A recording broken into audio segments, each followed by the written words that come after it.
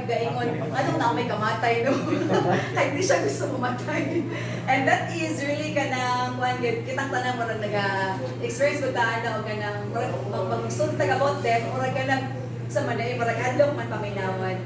So, sa atong mga pila ka tuig ang gusto nato. Another pangutana, how would you like to spend it? Paano man nimo gusto or saan nimo gusto nga i-spend ni siya? Asa man pud nimo siya gusto i-spend? O pinakalas sa pangutana, kinsa man ang gusto nimo nga mag-spend ani nga kinabuhi? Kinsa man nimo gusto nga ikauban? So siguro kani nga pangutana, common na ni kay siya sa tuwang tanan. Especially when we talk about life, o bini atong mga kasagaran nga mga pangutana. So, but I am certain, kitang tanan, lain tagtubag, kay ngano man, lain man tao ka ng rason, mga dreams, mga planos, kinabuhi. Mabitaw nyo nga kanang, ginainan kita nga, kanang strive high. Daga kitang mga gusto nga himuon, gusto ko maging ani, no? So, kitang tanan, atay mga preferences, kung sa itong gusto nga mahimo kita in the future, or kita nakaroon sa imong gusto o plano sa una pa. So no one knows how long we live. Tama? Kitang tanan, wala kita kay balo, kanus ata mabuhi pa. Yeah. But the word of God says in Psalm 90 verse 10, the length of our days is 70 or 80. Kung kusgan pa ta, maabot tag mga tagsagatos. Pero very rare kayo na siya nga makaabot kita isagatos, no? Sa akong pagkahinumdum, wala ko nagkamali, mga last week to nakita ko nga kung Pilipina ba to siya, 124 years old. Pero sa atong Guinness World Record is 117 Japanese person. Pero di ko sure kung tama ba tong last week nga nakita na ko sa Facebook, 124. Ingana lang kamubo ang range sa edad sa tao nga mabuhi siya. And yet their span is but trouble and sorrow, for they quickly pass and we fly away. You know, no? Murag tagsama sa bulak na murag nabuhi karon unya ugma patay na pud ka. Wala ta kay balo kanos up. Does this mean nga dili ta mag-celebrate tungod kay trouble lang man di ay atong ma-experience? Don't get me wrong. Dili pasabot ang ana. That means mura siya sa makasila nga rejoicing man karon istorya yung pagkamatayon diha. I want everyone to realize how fleeting our lives are. Nga murag karon kusgan pa ka pero pagkaugma di ay wala ka isakit naman ka. That means we do not know how long we live. We do not know hantod kanu sa patalugwayan sa Ginoo. Siguro ang pangutana, ang gusto nato atong tubagon is that hantod kanu sa alam ko mabuhi, Lord. Dili siguro nga nato ang gusto nga tubagon how we live. Paano ta makinabuhi? Mao man ang pinakauyukan gyud nganong nagaingani man ta. No? So sama sang mingon ako ganina, this may not sound rejoicing, but it gives us warning how fleeting our lives are. So every second counts. And remember na ako kahapon, nabiyahe kay Pastor JC, nag-comment sa mga documents. Nag-sudden break siya pa. Grabe, halos na mumuming tuwa. Dito naman na-realize realize ko sa una, no? God reminded me, nga, in just a snap of a finger, pwede ta mawala. Pero ang papangutan natin na, ready ba ta mawala ka? No? Muna ang seryoso nga pangutana. So everything we do under the sun will just pass. Right? Bisang tato ka karon, pobre ka karon, tama-tama lang. Si Tay, nga edad karon mo, dalaga na po na siya itin. Tingala na to, nagbibo na po si Tia. Nato sa, mag-professional na siya. Sa tanan nga pag-toil nato sa kalibutan, mahanaw ragid siya. Mataman ragid siya din ha. And the only thing that remains is the Word of God. Mora gyud na ang magpabilin. No, sa musugot sa dili mo ragid siya magpabilin. Whether we are destitute, wealthy, known ka nga tao, sa paka kung naka sa taas na posisyon, or paano mo sa sarili nga you're least in the society. Now, our concern perhaps is not how long we live. Ang pangutan natin atong tubagon is how we live this life. Nga gihatag ni Lord. Since wala man dito kahibalo, ano sa ta, kapila ta nga birthdays nga mag-celebrate, na kinanglan atong tanawon ang unsang eternal perspective, anong gi-allow ni Lord mabuhay pa ta until this time. So, nga unsa man nga maka-impact sa atong next generation kani sila. And kani siya, this speaks of our choices, our preferences, atong decision making, how we live this life every day. Kaya you can be victorious, pwede po ka madili maging victorious. Now, everything is a matter of choice. It's a matter of choice kung mata ka sa buntag, kung mag-toothbrush ka o dili, kung maligo ka o dili, it's our choice yun. No? Kung tarong mo nimo mo kinabuhi, choice yun na nimo. Kung magbinuang ka, tarong imuha yun ang choice, and you are going to face the consequence of that. So for sure, if I were to ask you, do you want to live life to its fullest? Tama? Yes or no? Yes. Yes. Gusto kayo nato na siya nga magkinabuhi kita, mamurang okay na ka, successful ko, nag-enjoy ko sa akong kinabuhi. No? But you would certainly say, yes. May tubagin mo sa buha nga, yes, gusto ko kay Kuana. But how are we going to live? That would certainly give us fulfillment and would certainly give us kanang genuine na happiness and joy. Nga, can really rejoice. No?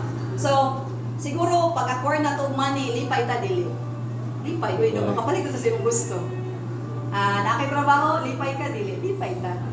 No, sa pa, nakay position, naka-own ka car and houses. Lipay ta. Okay, tanan mo, labi na imong hinaguan, ipalit ka, lipay ka. Will this give us satisfaction in life? Not at all. Wala yun. Dili yun na siya makahatag o satisfaction sa atong tanan. Yes, momentarily, superficially, nga ang kaning kalipay na to, kadali ra siya. But if we are not focused on kung sa ang eternal perspective, nga nung inaalaw ni Lord nga, inapanalangin naman ta niya, kung nag-stop lang sa imo ang panalangin, that means wala na fulfill sa imo ang plano ni Lord sa kinabuhi sa matag sa kanak to. So, allow me to share a passage in the Bible in Numbers chapter 6, verses 24 to 26. It says, "The Lord bless you and keep you. The Lord make His face shine upon you and be gracious to you. The Lord turn His face toward you or lift up His countenance upon you and give you peace." So na ko ni balikan kay para ni kay tayo sa tanan. The Lord bless you. No, laganatag mga panalangin ang gihatag ni Lord sa atoa. The Lord will keep you, you and me, keep the Lord, and the face of God will shine upon us. No, we will be familiar with God's ways, and He will be gracious to us. And ingat pag siya diningan. The Lord turn His face toward you and then give you peace. Kani siya, intended siya para sa mga anak sa Ginoo. Maangkon nato ang tinuod nga kani ginaingon ni Lord nga maguban siya kanato, magpanalangin siya kanato kung kita anak ta sa Ginoo. Kung si Thea, dili siya tinuod nga anak ni Rachel o ni John, dili gid siya tagaan og birthday kasama ni ini.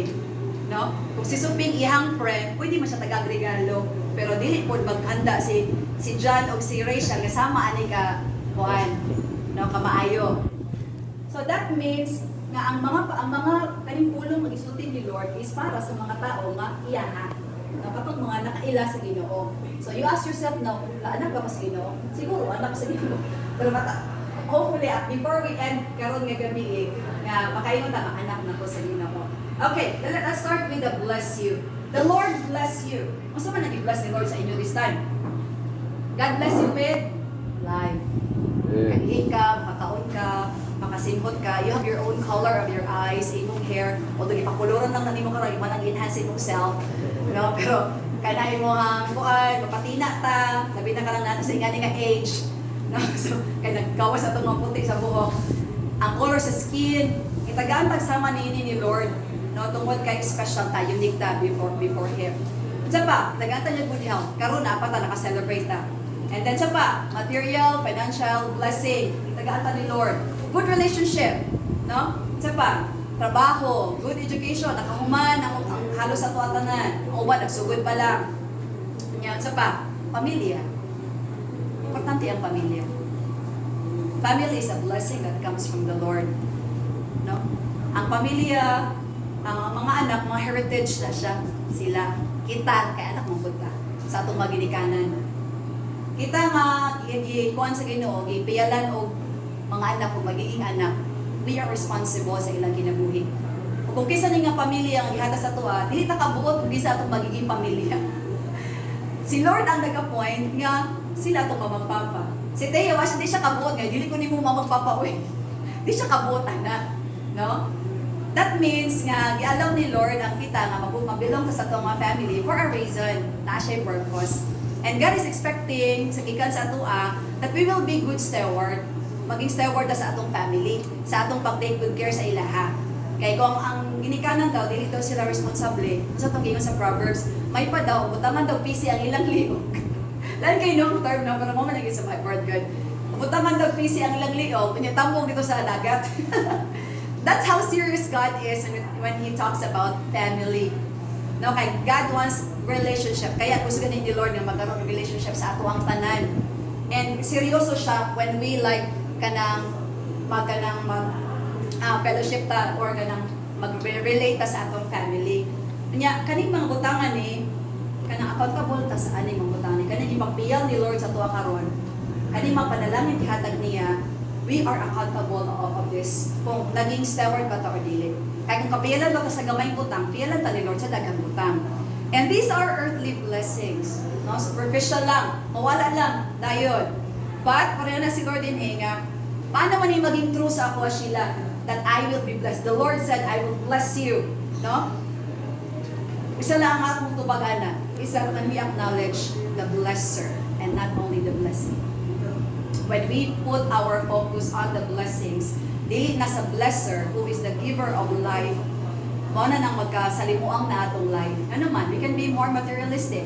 Pwede man ta nga maging selfish, pwede ta maging greedy, pwede ta maging mga negatibo nga mga kuan nga possible nga atong magiging kita because kanang wala man ang focus ang ato ang mind diha sa Ginoo. Ano kinahanglan man i-acknowledge nato si Lord? Because we are helpless. In our human capacity, we cannot do it. Dili ta may murag tama sa kanta ba? Gusto kong bumait pero di ko magawa. Bisan sa only mag-strive to be good, you cannot be good sa imong kagalingon nga kapasidad. Dili na nimo mahimo nga ikaw lang. We need divine intervention and empowerment aron nga mahimo with the working of the Holy Spirit. So, isa pa, ano kinahanglan to acknowledge si Lord? For He is the author of life. Imo kinabuhi karon ikaw author. Si Lord ang author rather. So the maker of heavens and the earth. And this God is a holy God. Balaan siya nga Dios. And He never tolerates sin. Whatever da atong ginahimo, di gyud niya gina-tolerate. Justisya siya, loving siya nga Ginoo, pero di po siya nag-tolerate ng mga sala. At the same time, kato siya, loving siya. Ingon ang passage, kanta mo tunog, bisan sa una pa no, si asa ka nga sekta, for God so loved the world, He gave us His only Son. No? Kanang ang kanta, very familiar, very common, pero naghatag siya sa tuwang mensahe that the Lord loves you and me and that He has wonderful plan for you and me. So kung dili na to na masabtan, dili na to ang purpose nato, di ta kahibalo. Ang direction nato sa tong life, di ta kahibalo. Sama ta sa isang katao nga na ang kabayo, nagsakay siya kabayo, pero niyang kusugaw og padagan sa iyang kabayo, nangutana ang isang katao sa iyang amigo, asa di ka paingon? Siya nga, di ko kahibalo, pangutana og kabayo. Life is like that. Nga murag kung di ka kahibalo sa imong purpose of your existence, magkasalimuang yun ang atong life, no? For God so loved the world, including you and me. And that means we are already in the mind of God. He intends to bless you and me. Muna gini ang plano ni Lord beforehand. And He desires to be kita nga mag-under ta sa iyang care. Kanino ta na no? Unsa man ang feeling ni Teo, dili siya kanang iatiman sa iyang parents, di ba? Dili siya feel secure. But if we are in God's hands, we feel secure. Dili having Metro Bank.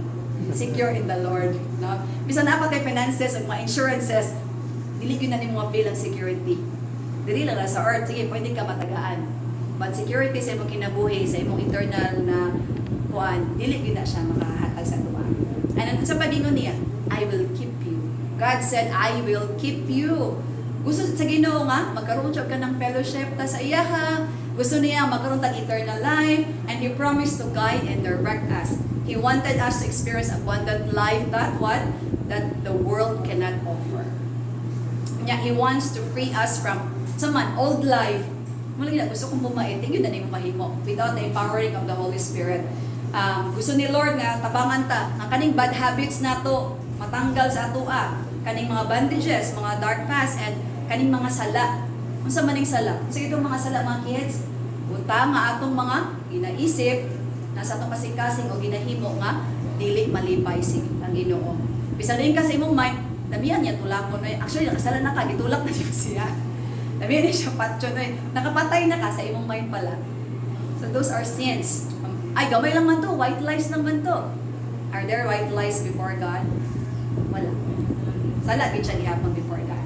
So, and these sins do not please God. Wala ginalipay si Lord. And this mo ni nakahindran sa tuwa nga, dili na to ma-experience ang satisfaction. Nga naman, imong self malaman na very man ka. Kanang self-centered man ka, I want this, I want. Di ba para sa mga bata, mga formative years? I want this, I like that, I love that. Ana ang character sa mga kids. Yeah, sometimes, bisa kita, dako na tong edad, murag naagya punta kinaiya nga ingon ana. Now, so, di na to ma-experience ang satisfaction of genuine na happiness, of joy. No, kay wala man naka-focus diya sa Ginoo. And this separate us from His love. Mo ganit nang na-separate ang atong ang gugma sa Ginoo kita tungod ani nga sala. Ingon pa ang passage nga, for the wages of sin is death, but the gift of God is eternal life. Ang bayad sa sala kamatayon. Ala kita man tanan nakasala, so mamatay gyud ta. Sugot mo mamatay mo. Sugot man pero unya na mga 100 na po. Di mo ta kay nana. No one knows kanos ata mamatay. So, mo na siya giningon ni Lord nga, ang kaning na siya regalo sa ato ang tanan. Pero gusto niya nga tan-aw na to, ginapakita ni Lord sa ato ang ato ang pagiging nothingness. Kay kung wala si Lord sa atong life, wala gyud ang mahitabo sa atong kinabuhi. Nya ingon siya nga, make His face shine upon me. Nya, we will be familiar with God's ways. Sapan, we can see His hands directing us what to do when life's challenges are unbearable. Nalain mo experiences. Dagantag mga issues sa kinabuhi, sa pamilya. When life is unbearable ka ng mga circumstance na to, murag may ka nga, I want to disappear na, please. Pwede na ko ma-disappear. God is very serious nga. He wants to take good care of you and me. And willing siya nga, take good care ta niya. God made a way for us to reconcile back to Him. Sa mo ni Jesus Christ, He gave up His life. No? And what Jesus did, He humbled Himself. Wala siya nagpabiling nga Diyos iya nga, pero nag-humble down siya sa iyang pagalingon. He was nailed on the cross. Sige, isa pa. In our behalf, and He was buried, and on the third day He rose again. And the Lord says in Acts 2:21, everyone who calls upon the name of the Lord will be saved. Kasi itong nagtawag sa Ginoo, seryoso sila, nga Lord, tabangi ko, I don't know what to do, where will I go? God is serious. Gusto niya nga i-reach out kaniya. And that's how kanang gracious the Lord is. Yan ingon si Lord, di ba? Nga kanang, I'll give you kanang grasya. Tagaan kita grasya ni Lord. Kung grasya, that means, bayaran ba? Na? Kung grasya, di siya bayaran. Kung nagtrabaho ta as teachers, as kung sa ato ang mga trabaho, bayaran ta. Ang bayad sa sala. Kamatayon man to, no? Pero kani siya, ang grasya sa Ginoo, walay bayad. Dili mi gustuhan na sila kay dili bayad. No? Kaya sa kitabi, may ingon beta nga, dili jud kumukuan pag di na mo hinaguan. Ang hangin dili man nimo na hinaguan. Ano mawala mo magipalit. No? That's how prideful we are. So gracious si God, gracious sa tuwa, very patient kay siya. Daghan kitag mga nahimo nga wala siya nalipay, pero grasya kay Ginoo. Wala dayon instantly nga murag pagkasala ni Dave, namatay siya dayon. Pero naay mga sudden death because of your sin. Pero gilugbayan ta ni Lord tungod kay naa siya plano pa sa atong kinabuhi. He wants everyone to come to repentance. Kitang tanan, no? The chance to choose whether we would accept His gift of life or not. It's your decision. It's my decision. It doesn't appear as commanding officer, oh, buhatan eh. Dili gusto si Lord, ana. He wants your own decision. Nga, yes, Lord, nakasala ko sa ilo ako. And I want to follow you, God. Gusto ko musunod sa imuha. Ang character ni Lord is very gentle, pero justice po siya. He doesn't, He is inviting you, may kitang tanan, gina-invite ni Lord, kasi gusto siya magkaroon ng fellowship sa ato ang tanan. To believe and have faith on Him. Mutuo sa iya ha, o ibutang na to atong pagtuo diha sa iya ha. John 1:12, it says there, but as many as receive Him, He gave the right to become children of God. No? Not of natural birth. Dili po siya human decision, pero born of God. Sabon na ko but as many as receive Him, to them He gave the right to become children of God. If wala pa kay relationship kay Jesus Christ, anak lang kasi yung magpapa. But not necessarily you are the son and daughter of God. From the moment that you have accepted, from the moment na nag-repent ka, from the moment na imong gidawat, Lord, makasasala ko, pasaylo ako. Hinulsul ko sa akong mga kasalanan. Gidawat ka as my Lord and my Savior. From that moment nga, imo nang i-declare sa imong baba, that's the time nga naakay access o nay katungod nga makaingon og Abba Father. So, how to live this life so we can continue to rejoice day by day? Okay, ang rejoice, dili lang biya siya nga kanang murag na lang tay kalipay. Rejoicing is not only for good things, good happenings, mga maayon na mga moments. Ingon pa si Lord nga, rejoice, I will say this again, rejoice, ha? Bisag day ka nang dili maayo ang nahitabo sa akong kinabuhi, mag-rejoice day ko. That's what the Lord says, rejoice in the Lord. No? Nya, wala man tay perfect life. There's no such thing as perfect life. Decision yun nato nga mag-rejoice ta. Maka-rejoice lang ta kung naatay Jesus Christ. Kung naatay Jesus Christ atong life, di kita ka-rejoice. Kaya bisang saan nato nga malipay ka, nagamorn gyud ka gihapon. That's a good thing and the beauty of being a daughter and son of God. We have the living hope, and this hope nga kaning atong ginasimba karon, buhi siya nga Dios. Every time we call upon Him, nakadungog siya sa tuwa. Ang nayuban, lahi po ng pagiging positive, no? Lahi po siya nga naatay active nga kanang object of our worship. Lahi po ng pagiging positive. Positive lang ka, makita nimo sa circumstance. Pero kung nagkaroon kag paglaom sa imong kinabuhi, tungod kay naakay ginasimbag object nimo sa imong hope, makapadayon daw ka. Ang usa daw ka tao, mabuhi daw siya nga pila ka adlaw nga walay tubig, walay kaon. Pero isa lang daw ka segundo nga walay paglaom ng isa ka tao, pwede niya patayon iyang sarili. Pwede siya mag-suicide. Pwede siya madaot. Pwede siya ikamatay niya. Nga ka seryoso, yun nga, kung wala tay paglaom diha sa Ginoo. So we can have quality of life, satisfied life, genuine happiness and joy by acknowledging first the author and the blesser of life, who is God. And how are we going to do that? I-acknowledge na to na failure ko, Lord. Lord, I need you. God, wala ko kasabot sa akong kinabuhi. I need you, God. Help me, Lord. Direct me. Asa mo ko dapat paingon, God? Ingon pa si Lord sa Psalm na, I will teach you. I will direct you of where to go. Mga nang promise ni Lord, giyahan daw ta niya. But if we seek, musik ta sa iya. Udut-dut ta sa iya. We have nowhere to go kung dili ta mong budol sa Ginoo. Friends, yes, they are there. They can comfort us for the meantime, for a while. Family, yes, they are there. But not with kung saan pag-comfort ni Lord sa ato. Yeah. Magrepenta. No, tanan nga atong nahimo before God, mga itagpasaylo, napasaylo ako, Lord. And believe of what Jesus Christ did on the cross. Dawato nimo siya sa imo ang kasing-kasing as your Lord and Savior. And I believe, kami diri nga mga believers of Christ, Lord, wala mi nag-regret of following the Lord. And you can say that as well when you invite God in your heart tonight. Nga mag-ampo. Na Lord, I need you. In this pandemic time, there are a lot of uncertainties. Bisag gani katong walay pandemic, uncertain maghihapon. How much more karon nga sa ato nga time karon? Almost 2 years na or 2 years na ta nga nag-atubang ni ini nga pandemic.